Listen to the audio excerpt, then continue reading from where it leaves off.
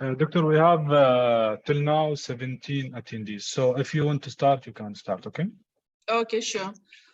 Okay.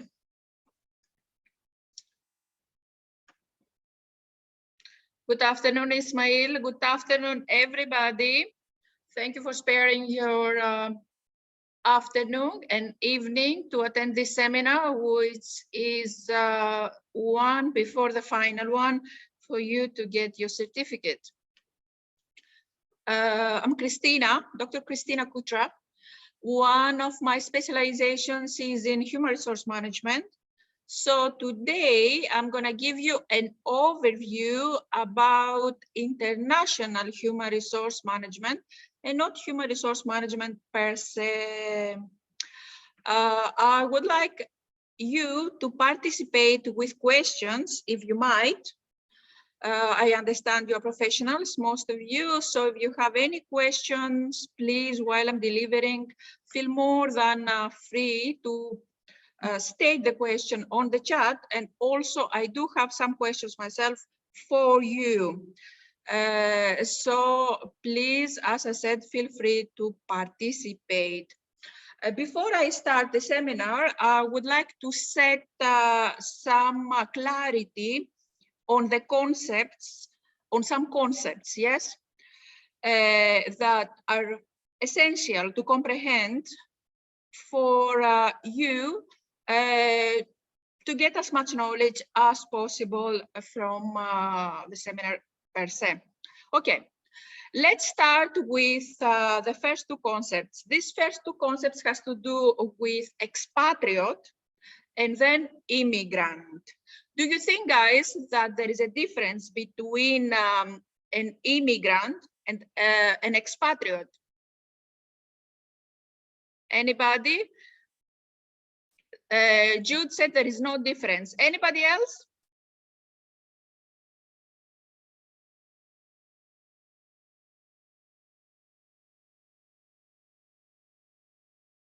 Okay. I've done some mini research on the topic.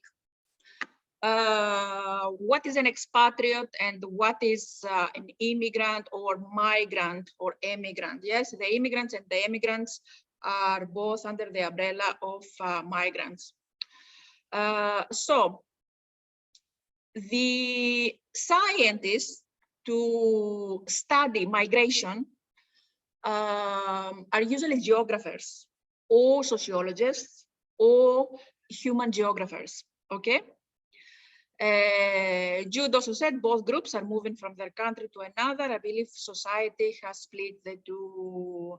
That's a very good, Jude, because, you know, like you are absolutely right on this one. It's societal perceptions, okay? The way that people see foreigners within a country, okay? Myself, originally, I'm from Greece. I went to Britain to study, and then I stayed on in Britain for many, many years for work. In Britain, I was never called a migrant. I was never called an expatriate. These concepts I came across mainly in this country. In Britain, I was just a foreigner, okay, and a member of a European Union country. That's all. Then I came over here, and then I realized that people like myself, professionals, are perceived as expatriates, whereas people who work in labor sites, for example, they are called migrants. Is that right? Most of the people, again, perceptions, they think that an expatriate is somebody who is professional, okay, and of a certain economic and societal status. Whereas a migrant is somebody who apparently has lower professional role in a company, okay, and has a lower as such economic and social status. Nevertheless, this is not what it is, because myself and people like myself who are not from the UAE and who reside in the UAE, I can be an expatriate and a migrant at the same time. Nevertheless, having said that, okay, having said that, in human resource management and especially in international human research management, and I will establish what do I mean by international human resource management after we establish this concept, okay? Currently, I am not an expatriate anymore, okay? I am a migrant or an immigrant, okay? Why is that? Because again, according to sociologists, some sociologists, because these schools of thought differ, the human geographers, again, the geographers, the expatriates, okay, in human resource management are those who apparently are sent. I want you to comprehend this word, sent. They work already in a corporation outside the country, and they are sent in another country, okay, to work for a few years, and having worked there for a few years in the subsidiary, then they are going back to the parent company or the headquarters. So in international human resource management, expatriates is somebody who works already in a different country, in the parent company, in the headquarters, and he or she has been selected to be sent in the subsidiary in a different country, stay there for a few years for various reasons, as we will see later on during the seminar. And usually these years are 3 to 4 years, and then go back to the headquarters, okay? This is according to the literature of international human resource management. And we're talking about 3 to 4 years, because more than that, it would be far too expensive for the parent company to keep a person on the ground in the host country, because obviously the remuneration of these people are more, okay? So you see over here how the terms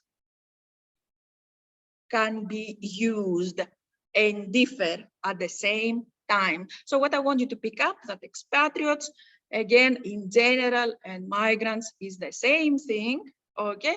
Nevertheless, in international human resource management, the expatriates has been sent from the parent company to the subsidiary for various reasons, as we'll see below. Any questions? Any questions so far? Okay. Guys, if you have any questions, please feel free to. Thank you, Jamila. Okay, so now what is human resource management and what is international human resource management? Because obviously it's important to differentiate among the two concepts. Okay, let me ask you first. You guys, what is the difference over here between the HRM and international HRM? Okay, over here I have some questions. You are the president of a small business or a big business or a medium business. What are some of the ways you expect going global, international will affect HR activities in your business, okay? Why we're talking about global or international human resource management? Are the practices similar or different? If yes, could you think of some of the main differences? Anybody would like to give us a view on that? Because as I said, you know, like I know that the majority of you are professionals and you do have your own wealth of experience, obviously. So please, if you would like to contribute on that, on any kind of difference that you might think between the two concepts, feel free to, okay? Anybody? Jude? You have, and Jamila, because you are the only people who have contributed to the seminar so far. Do you guys have any answer on the question on what are the differences? Anything? Okay. So what does the Jude, wait, type in. Very good, Jude. We're waiting.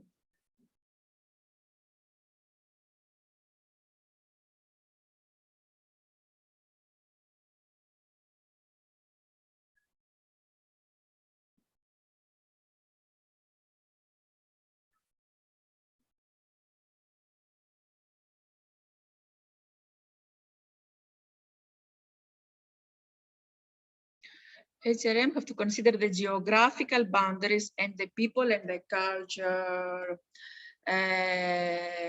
More aware of cultures, the way people deal with interaction and communication. That is very good, Jude, what you have just said. And Salman over here said that involves cross-cultural approach to manage people. That is very good, Salman, as well.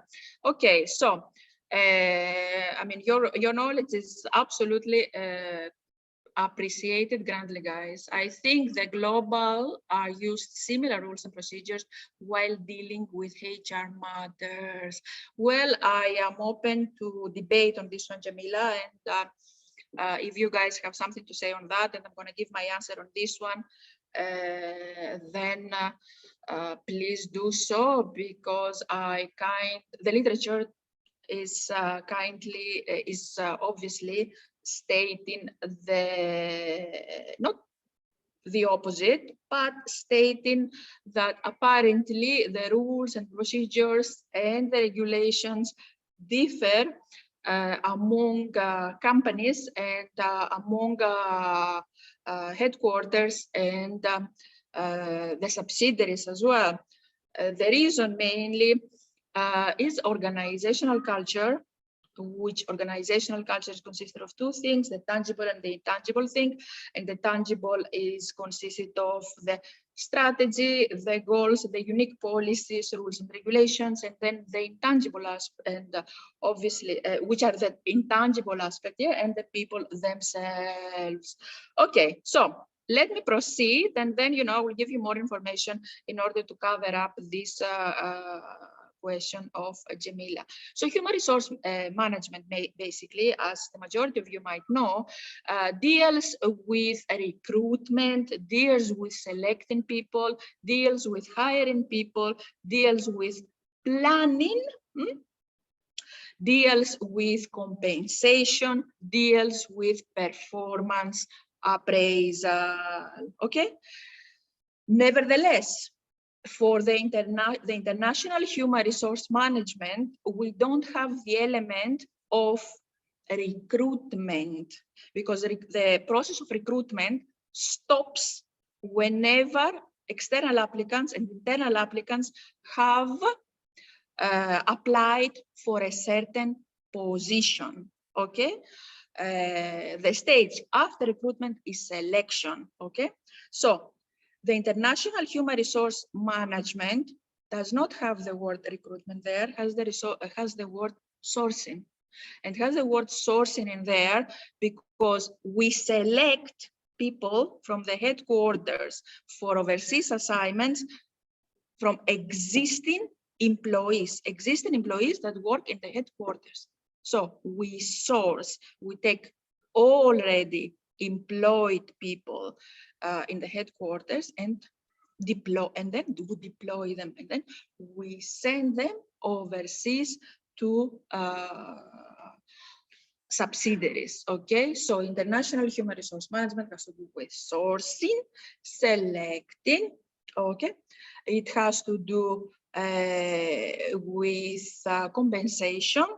It has to do with planning. It has to do with training, and obviously human resource management has to do with training as well, and performance appraisal. So in this seminar today, we are gonna talk about all these concepts. Okay, so do you have any questions so far?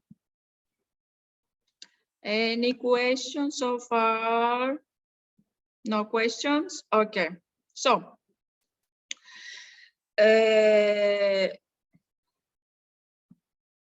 another question that I have for you is as follows. Do you think that the external environment can influence human resource practices, and in this instance, international human resource management? And what do you mean by external environment? We mean the economy, we need the politics, the legal environment, we mean the society and the culture, we mean the technology, we mean the natural environment even, okay? So do you think that all these elements of the external environment influence international human resource management? Anybody? Yes, Jamila, how? Could you give us an example, please? Jamila, how the economy, for example, can influence practices? Or any of these elements, you know, economy, society, how can they influence human resource management, international human resource management? Mohammed over there said border restrictions can restrict employees moving to other countries. Absolutely brilliant, Mohammed, because at the end of the day, okay, the headquarters have decided that they have identified a very good person to be sent abroad for technical training. Okay, nevertheless, the corporation has to make sure that the government itself doesn't have any restrictions for certain nationalities. Because for people to be transferred from one country to another, the countries at the governmental level per se need to have very good diplomatic relations, either at the bilateral or multilateral or both levels.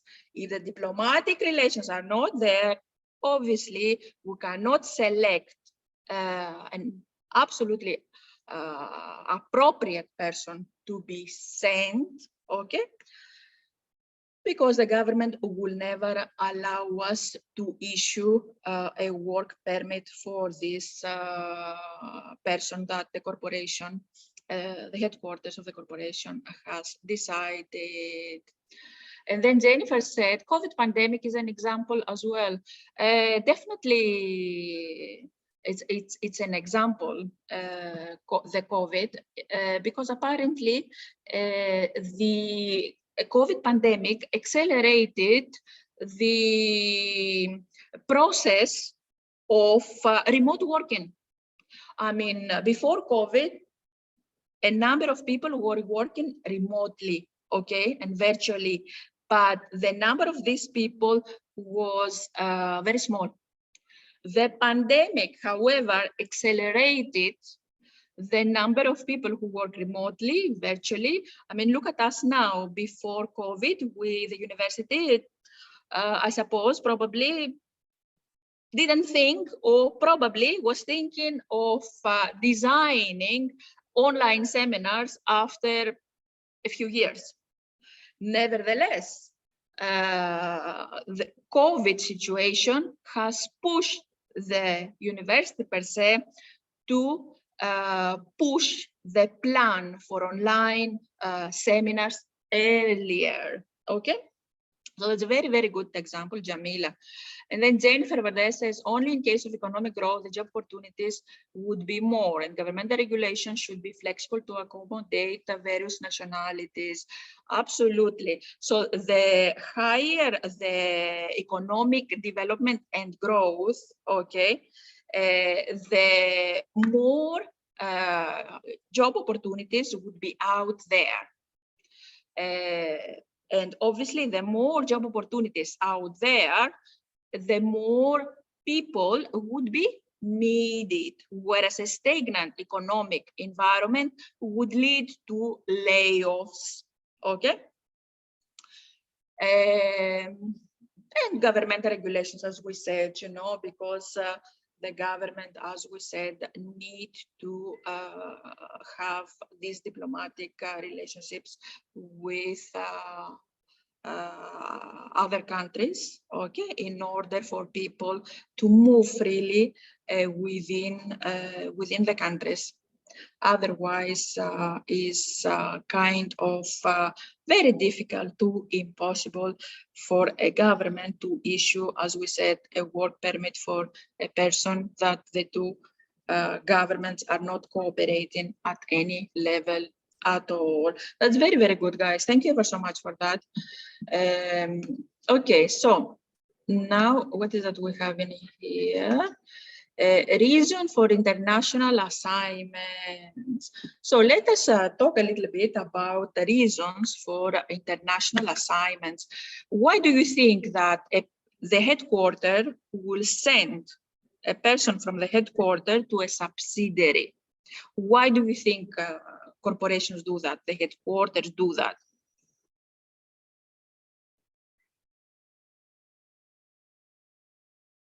Anybody?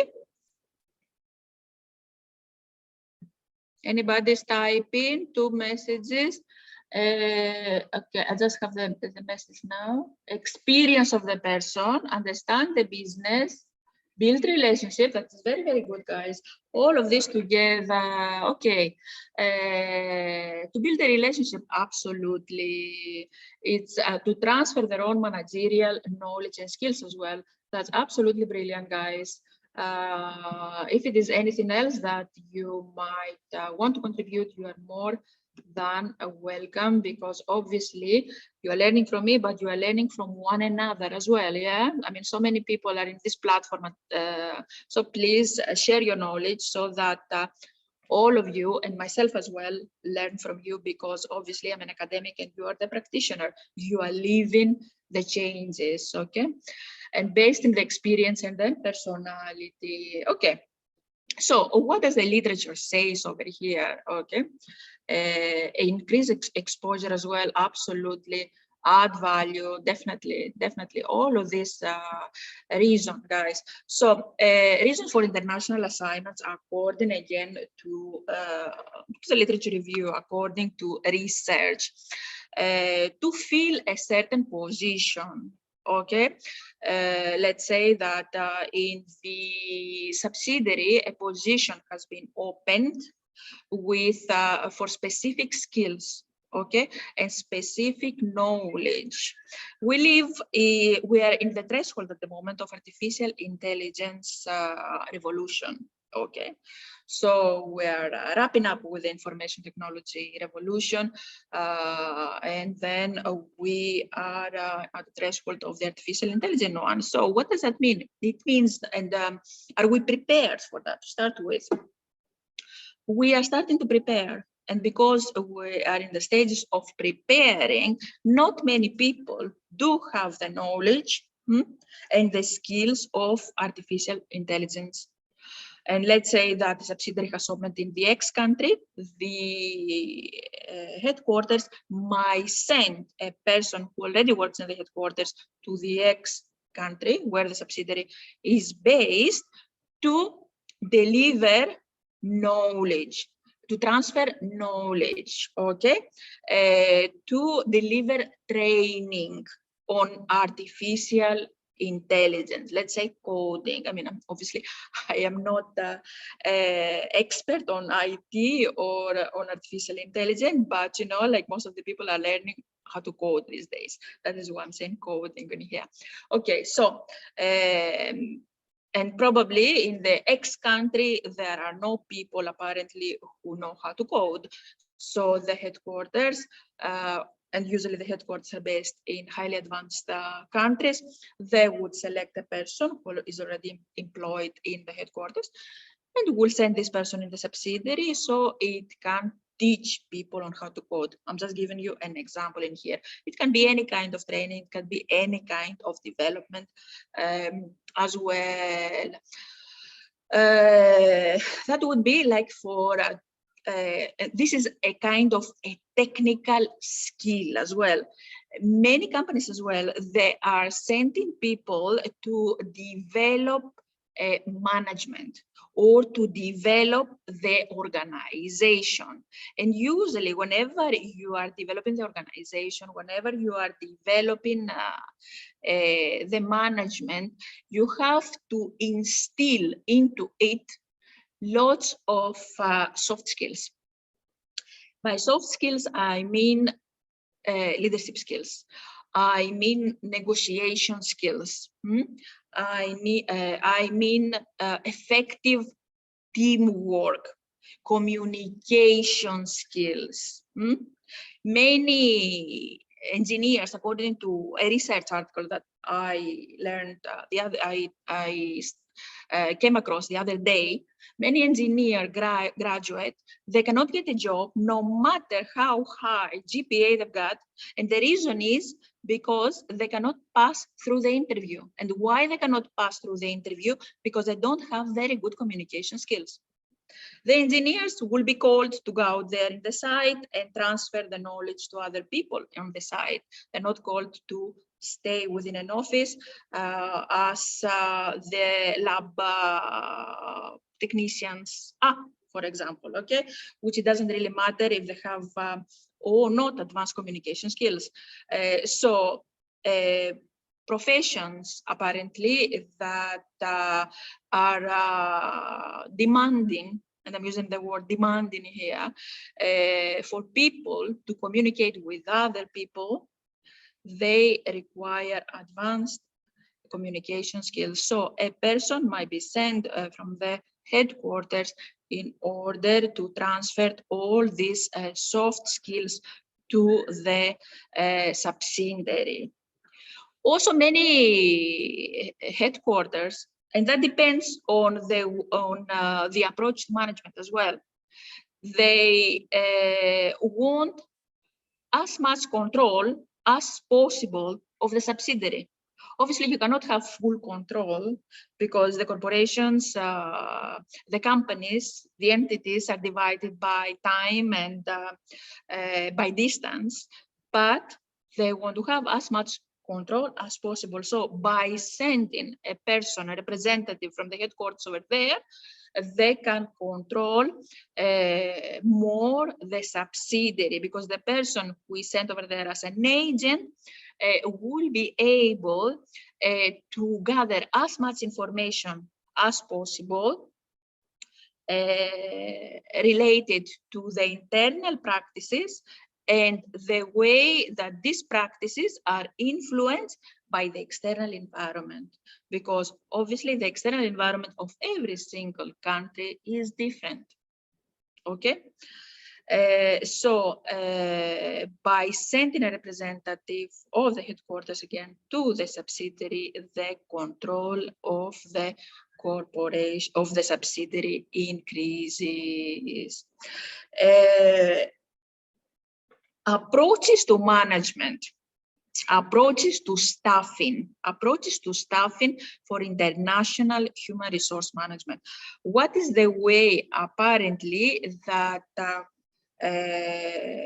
corporations, okay, are choosing whether the majority of the people in the subsidiary at the senior managerial level I'm talking about now would be from the local community, or they're gonna be from the headquarters, or they're gonna be from the region, okay, or they're gonna be from any other third country. That, guys, depends on the approach to management and the approach to staffing for international assignments. So the more, there are 4 approaches to managing international corporations, and there are 4, and these approaches, they are deciding on staffing. So if the corporation at the headquarters, okay, if the headquarters decide to open a subsidiary in a different country, and wants the majority of the people at the senior level to come from the headquarters, that means that they have decided to implement ethnocentric approach. So if the company is using ethnocentric approach, okay, to staffing, then the majority of the people in the subsidiary at the senior level would be coming from the headquarters. Let's say that Coca-Cola has a subsidiary in Abu Dhabi, and then Coca-Cola is implementing ethnocentric approach. So when you walk inside the premises of Coca-Cola in Abu Dhabi, you will realize apparently that the majority of the senior management positions are filled with people from the US. Okay, because the headquarters are based in US. So nevertheless, if the company decided to implement a polycentric approach, and you walk into the premises of Coca-Cola in Abu Dhabi, and you will see that the majority of the posts at the senior level would be local people, it means that this is the approach. Okay, so polycentric approach, in the polycentric approach, you find the majority of senior positions filled with people from the host community. The host, because it is hosting the subsidiary. So the majority of the people, if the headquarters implementing, as I said, the polycentric approach, would be from Abu Dhabi, Emiratis from Abu Dhabi and other states in Abu Dhabi, in the UAE as well. Yeah. If the company now is implementing regiocentric approach to staffing, then people at the senior managerial position would be coming from the region. So it would be from the Gulf countries or the rest of the Middle Eastern countries. However, the fourth approach is the geocentric one. The geocentric one doesn't give any preference whatsoever to nationality. The best people will be picked up for the positions based on credential and based on experience. Nationality doesn't matter at all, unless, as I said, the countries they don't have diplomatic relations, and obviously the subsidiary cannot issue a working visa for the person who is supposed to migrate to the host country. Do you have any questions so far?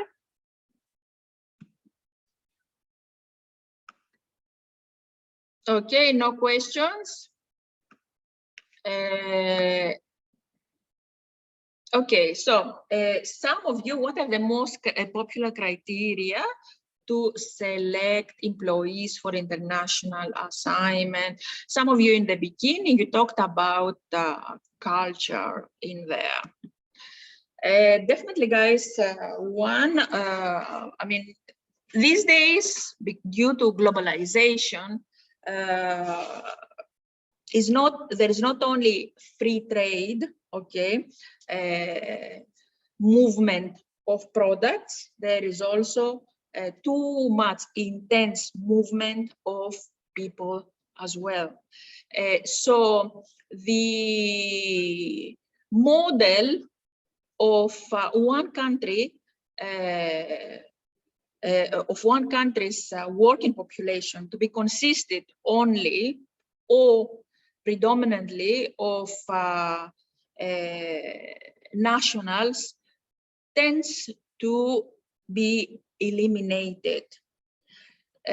These days, and especially in highly advanced countries, or technologically advanced countries, the working population is not homogeneous anymore. people, they come from various parts of the world, and they don't only come these days, guys, for economic reasons. They have so many people that they migrate for the experience, especially like the last generation, the millennials. They don't put as much emphasis on economic stability, but they put too much emphasis on life experience. So many people move from their own home country for a life experience, okay, or for work experience for that matter, or for health reasons, or for any other reason, but not necessarily economic reasons, as this prototype used to be back in the 60s, 70s, and 80s, with the people who were coming from the X generation. Okay. Okay, so because obviously the population, the working population, is not homogeneous, as we said, and is consisted of many nationalities.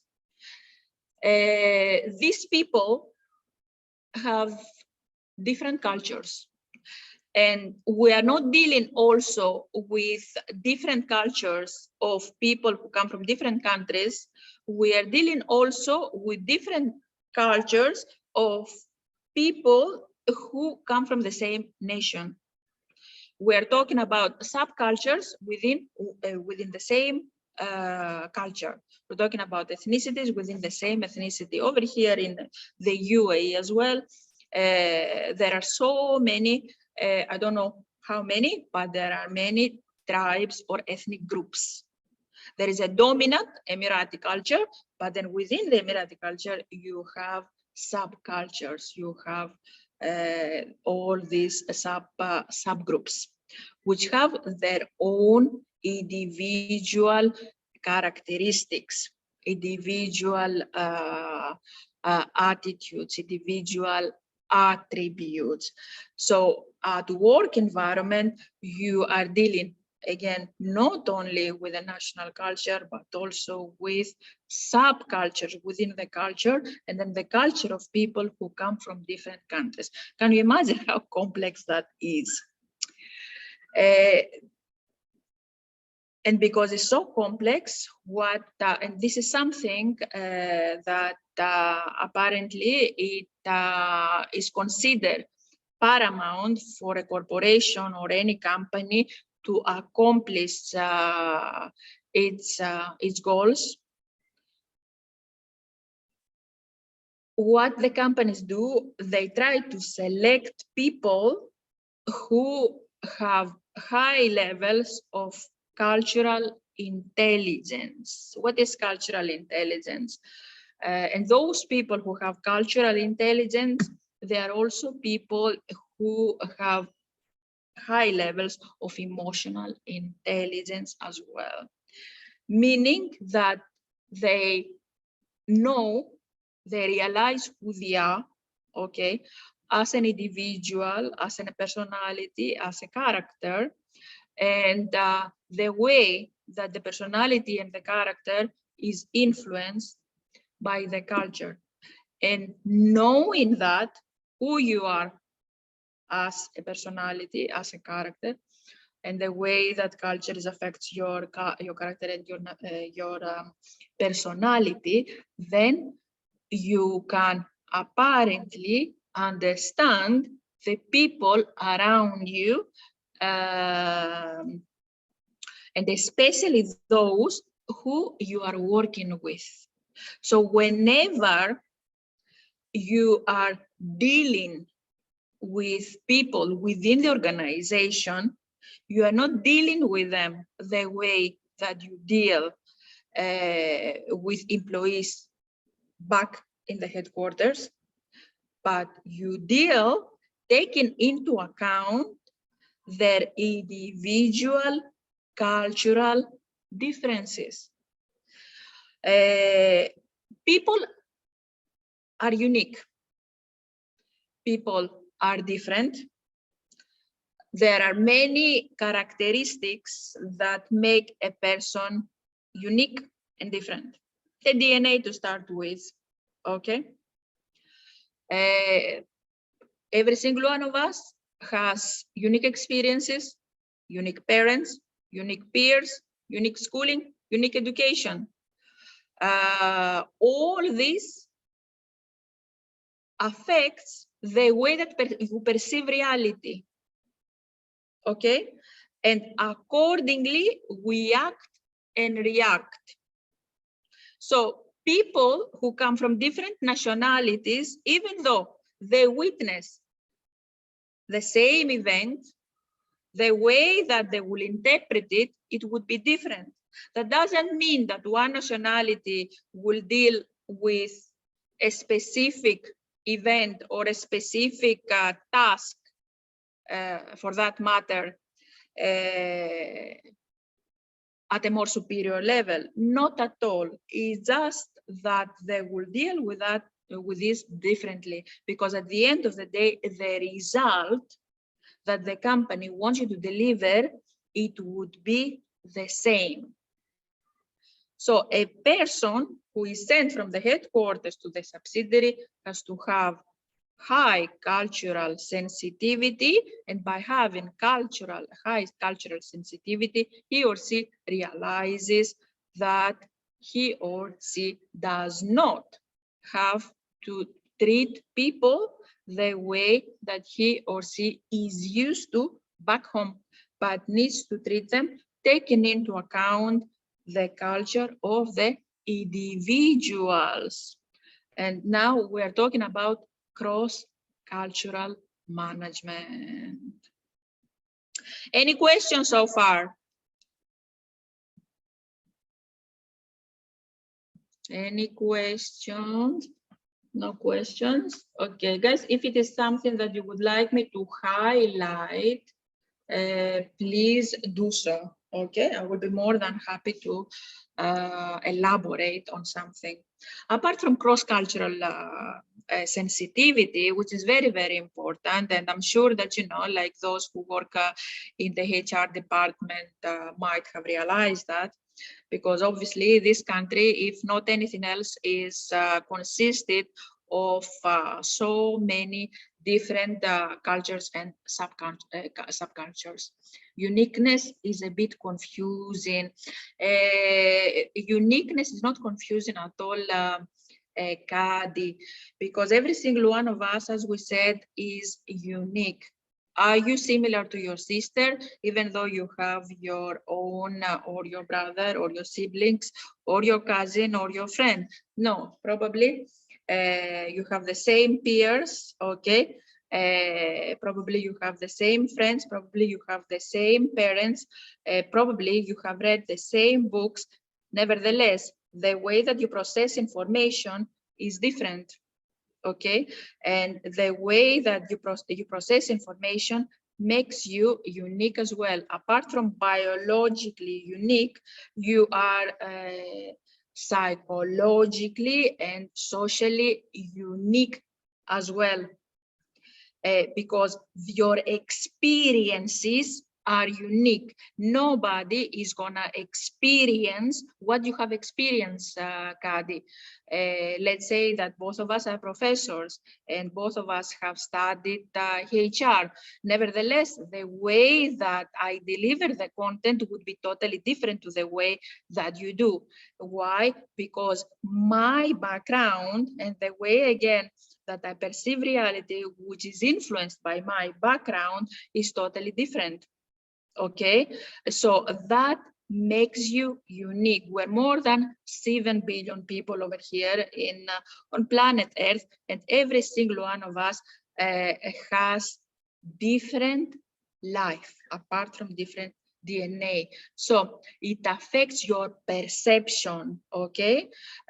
So perceptions of people are different. Now, all of you, you are attending my lecture, okay? You're attending my seminar. However, the motive of, or the goal of every single one of you in coming over here to attend this seminar is different, and your knowledge and your interests are different as well. So probably you will remember, obviously you won't be remembering everything that I said, but you will be remembering what is closer to you.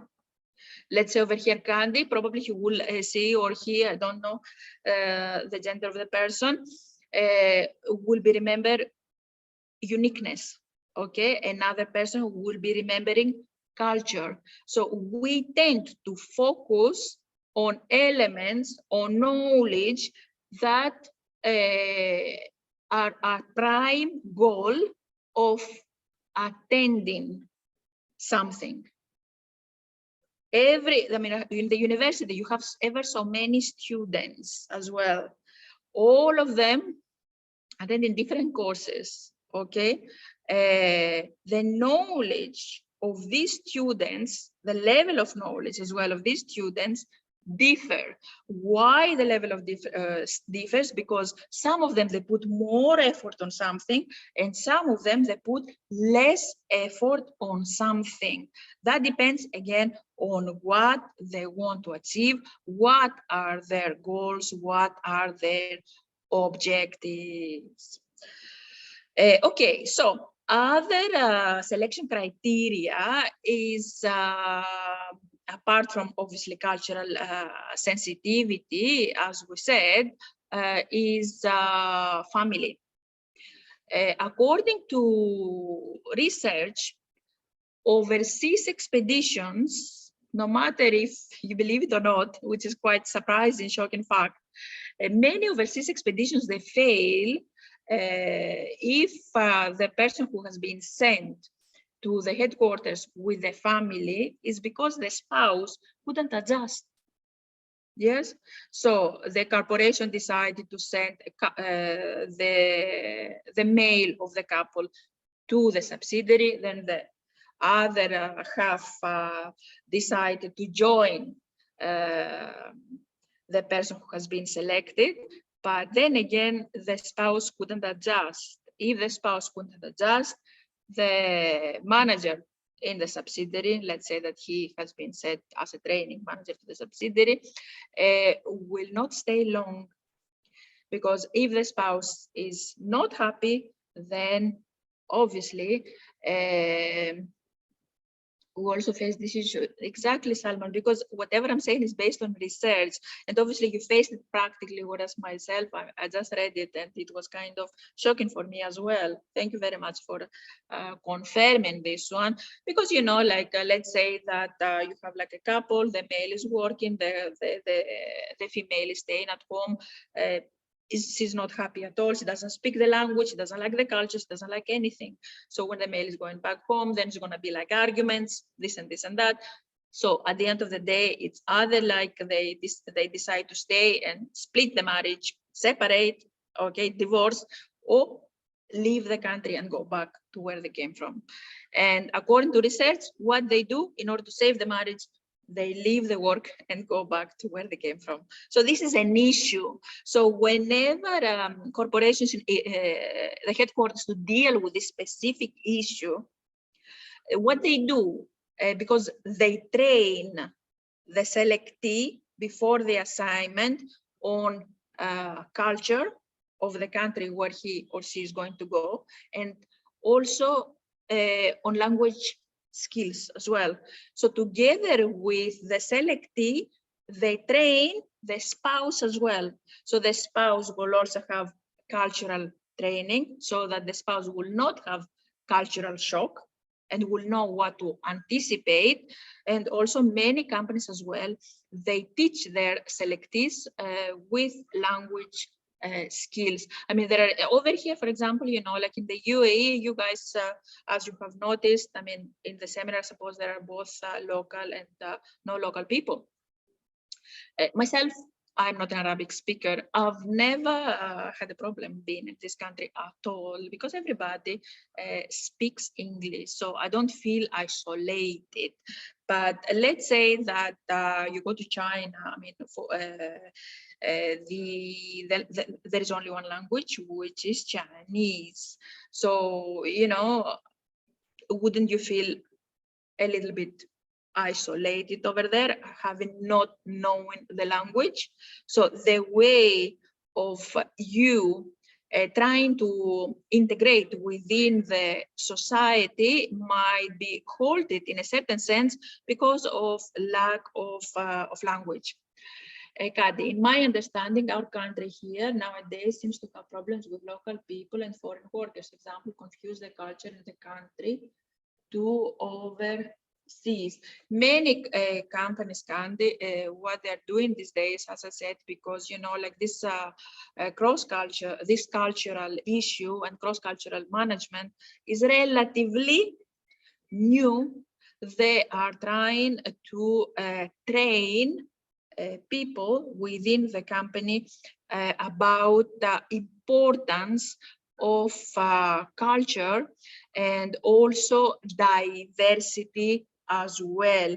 Many companies, what they do is they organize, apart from delivering seminars, they organize cultural events where people come together. And obviously, these people in the companies, they come from different nationalities and they have the chance to interact. So by interacting with a person of a different culture, you become more comfortable with a person who comes from a different culture, because many people, guys, are influenced by certain stereotypes. Societal stereotypes. Let's say that this culture is such and such and such. Societal stereotype. So when I come to meet a person from that country, automatically I feel a little bit apprehended.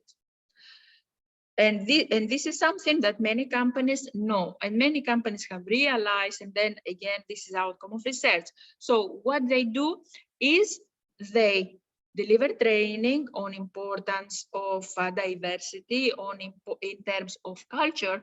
And as I said, many companies as well, they organize some small get-togethers where people from different nationalities come together and they have the chance to interact, yes? So whereas, and when I talk to a person, because at the end of the day, we're all people and we all want the same thing, to live in love and in peace and in harmony, okay? So when I had certain stereotypes and then I happened to meet this person and then I realized what a lovely person that is, then the stereotype slowly eliminates and then eventually leaves me. And I become more relaxed with people of this certain nationality that probably I used to be a little bit apprehended of.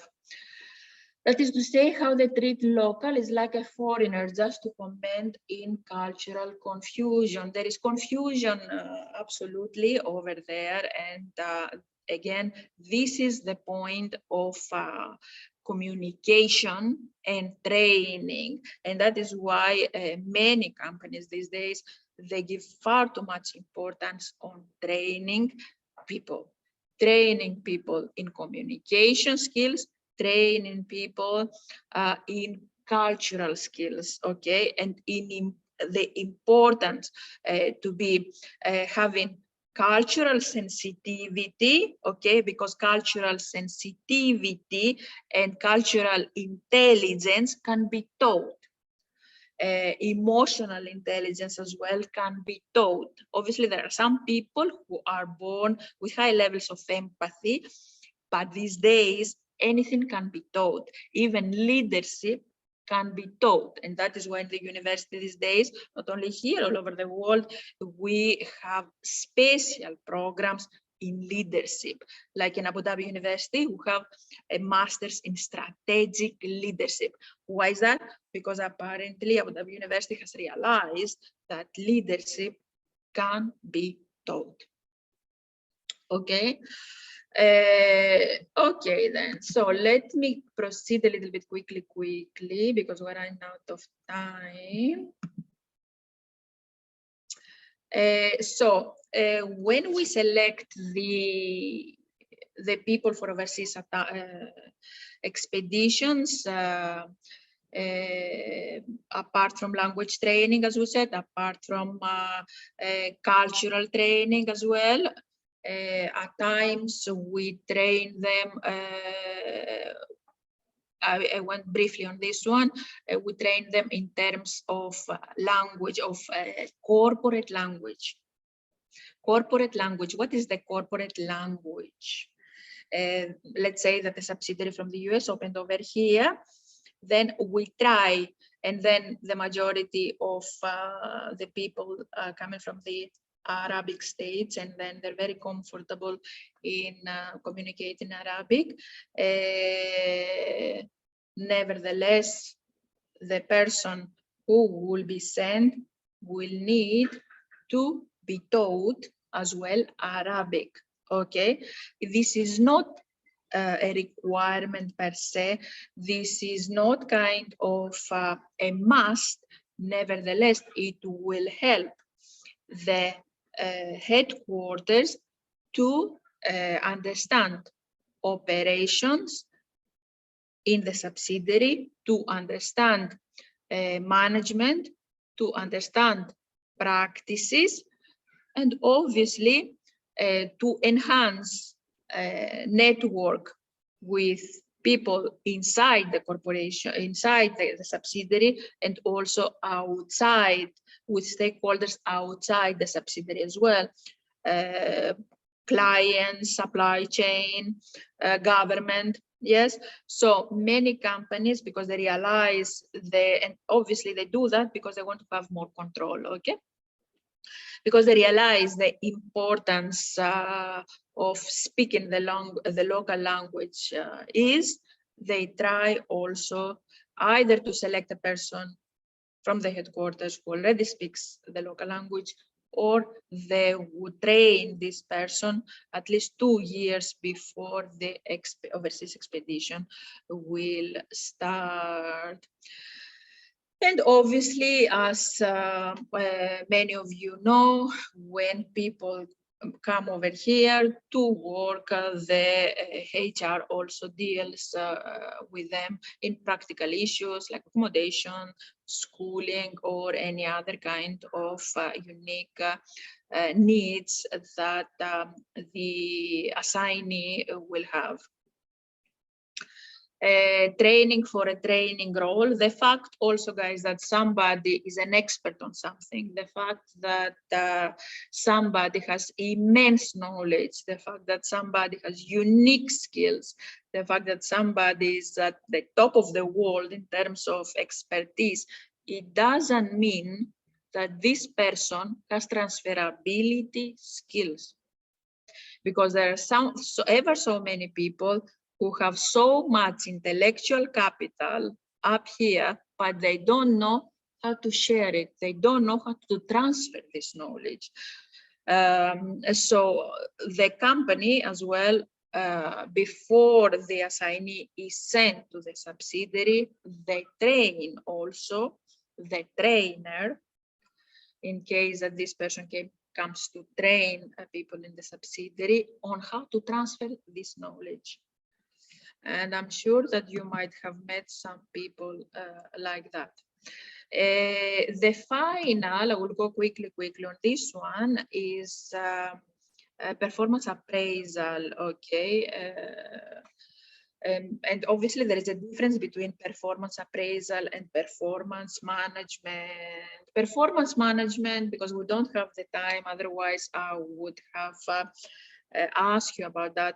What are the differences in there? Performance management is continuous. It's a continuous process. It's informal and is proactive. The supervisor or the manager is making sure that all the requisites and the prerequisites are there for the employees to achieve their goals and objectives. And by the employees achieving the goals and objectives, at the end of the day, because everybody is working towards achieving the goals of the corporation, the vision and the mission is achieved.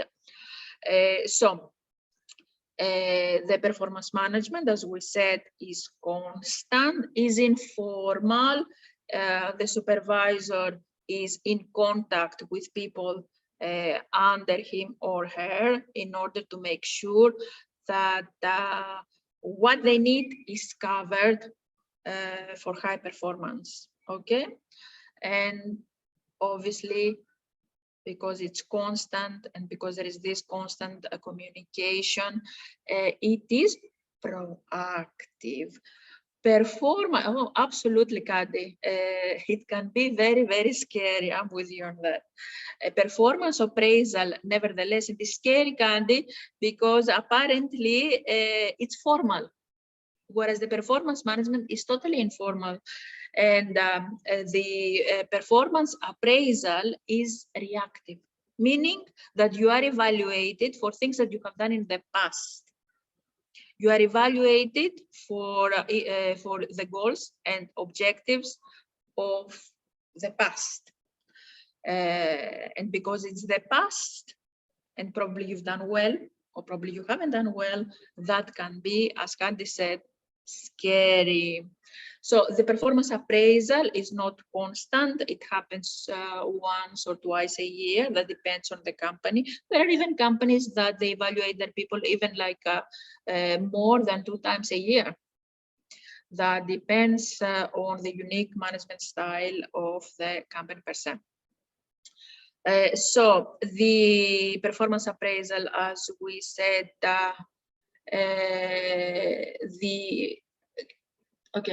so the performance appraisal is reactive, and obviously you are evaluated, and because you are evaluated in terms of deliverables, in terms of your performance, it can be, as Candy said, scary. So it is quite challenging to appraise people that they have been sent by the headquarters to the subsidiary. It can be challenging, apparently, because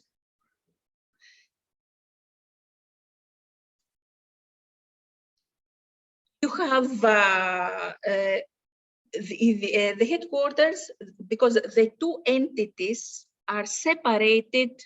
They can be separated by time and distance. They are far away. There is not an immediate supervisor. The assignee is not supervised by people on the ground of the subsidiary, but is supervised and has to account to the supervisor or the manager back in the headquarters. And obviously the person back in the headquarters cannot possibly know what is going on at a daily basis in the subsidiary. So if the person in the headquarters doesn't really know what are the challenges in the subsidiary, how can he or she evaluate the assignee? So this can be one challenging thing over there. The external environment also is different between countries. So what it would be perceived as quality in one country, it cannot be perceived as quality in the other. Let's talk a little bit about the 4-star or 5-star hotels. You would think that all 4-star and 5-star hotels, they have exactly the same quality standards. Nevertheless, I'm absolutely certain, and I've experienced that myself as well. You go to one country and a 5-star hotel is absolutely amazing, and then you go to the same exactly brand in a different country, and then the 5-star hotel automatically becomes a 4-star hotel, because apparently the quality standards in that country are lower. Okay. Okay. What else do we have in here? Because we don't have much time. What is also important to mention over here is that it is not fair also to appraise the assignees in terms of deliverables, of measurable deliverables. Because at times a subsidiary opens in another country in order to offset the competition, okay? So by aggressive pricing. So if you open a subsidiary and then you put very low prices on the product, and the reason that you do that is because, again, you want to offset the competition, chances are that the subsidiary for a certain period of time is going to be on the red. So that doesn't mean that the manager of the subsidiary who was sent from the headquarters is apparently incapable. That because you've seen over here that the reason, the strategic goal of opening the subsidiary in the foreign country was not profitability to start with immediately, but to offset the competition. Yes, Heba, you're going to have absolutely the presentation by mail after I finish. Quickly, I'm going to wrap up. And apologies for taking a little bit more of your time. You are definitely going to have the presentation, performance feedback as well. Because again, there is distance, because again, you don't have immediate supervisor, because again, there is time difference as well. Chances are that you are not gonna receive your feedback shortly.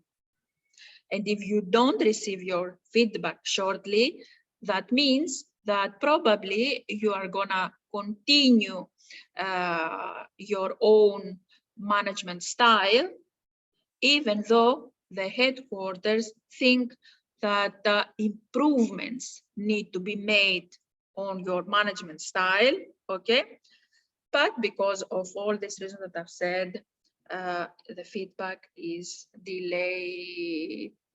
Okay, guys, again, I went a little bit further than 6 o'clock. Apologies for that. The presentation, the PowerPoint presentation is available.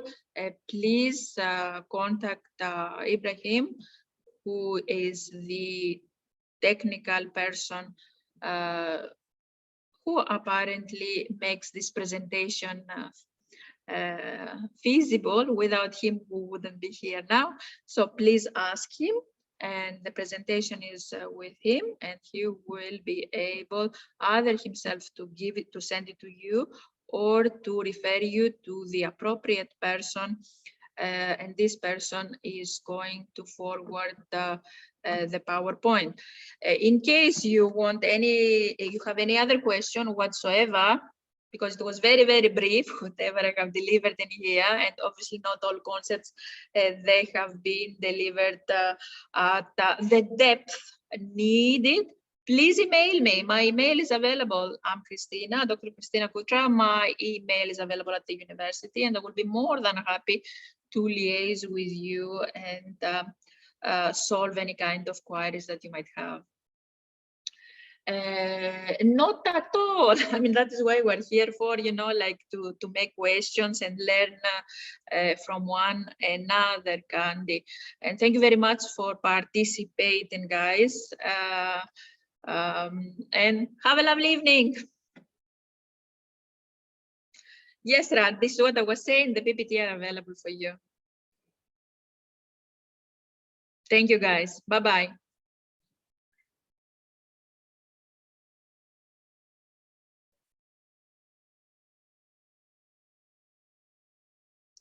Bye-bye, Candy, and bye-bye, Ismail and Mohammed.